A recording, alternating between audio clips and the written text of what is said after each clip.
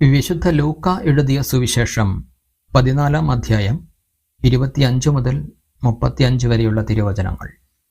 വലിയ ജനക്കൂട്ടങ്ങൾ അവൻ്റെ അടുത്തു വന്നു. അവൻ തിരിഞ്ഞ് അവരോട് പറഞ്ഞു, സ്വന്തം പിതാവിനെയും മാതാവിനെയും ഭാര്യയെയും മക്കളെയും സഹോദരന്മാരെയും സഹോദരിമാരെയും എന്നല്ല, സ്വജീവനെ തന്നെയും വെറുക്കാതെ എൻ്റെ അടുത്ത് വരുന്ന ആർക്കും എൻ്റെ ശിഷ്യനായിരിക്കുവാൻ സാധിക്കുകയില്ല. സ്വന്തം കുരിശ് വഹിക്കാതെ എൻ്റെ പിന്നാലെ വരുന്നവന് എൻ്റെ ശിഷ്യനായിരിക്കുവാൻ കഴിയുകയില്ല. ഗോപുരം പണിയാൻ ഇച്ഛിക്കുമ്പോൾ അത് പൂർത്തിയാക്കാൻ വേണ്ട വക തനിക്കുണ്ടോ എന്ന് അതിൻ്റെ ചെലവ് ആദ്യമേ തന്നെ കണക്കുകൂട്ടി നോക്കാത്തവൻ നിങ്ങളിൽ ആരുണ്ട്? അങ്ങനെ ചെയ്യുന്നില്ലെങ്കിൽ അടിത്തറ കെട്ടിക്കഴിഞ്ഞ് പണി മുഴുവനാക്കാൻ കഴിയാതെ വരുമ്പോൾ കാണുന്നവരെല്ലാം അവനെ ആക്ഷേപിക്കും.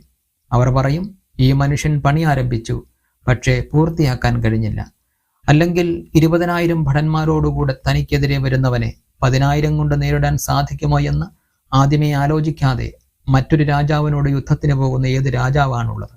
അത് സാധ്യമല്ലെങ്കിൽ അവൻ ദൂരത്തായിരിക്കുമ്പോൾ തന്നെ ദൂതന്മാരെ അയച്ച് സമാധാനത്തിന് അപേക്ഷിക്കും.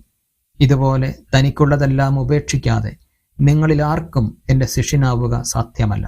ഉപ്പ് നല്ലതു തന്നെ, എന്നാൽ ഉറകെട്ടുപോയാൽ അതിന് എങ്ങനെ ഉറകൂട്ടും? മണ്ണിനോ വളത്തിനോ അത് ഉപകരിക്കുകയില്ല. ആളുകൾ അത് പുറത്തെറിഞ്ഞു കളയുന്നു. കേൾക്കാൻ ചെവിയുള്ളവൻ കേൾക്കട്ടെ.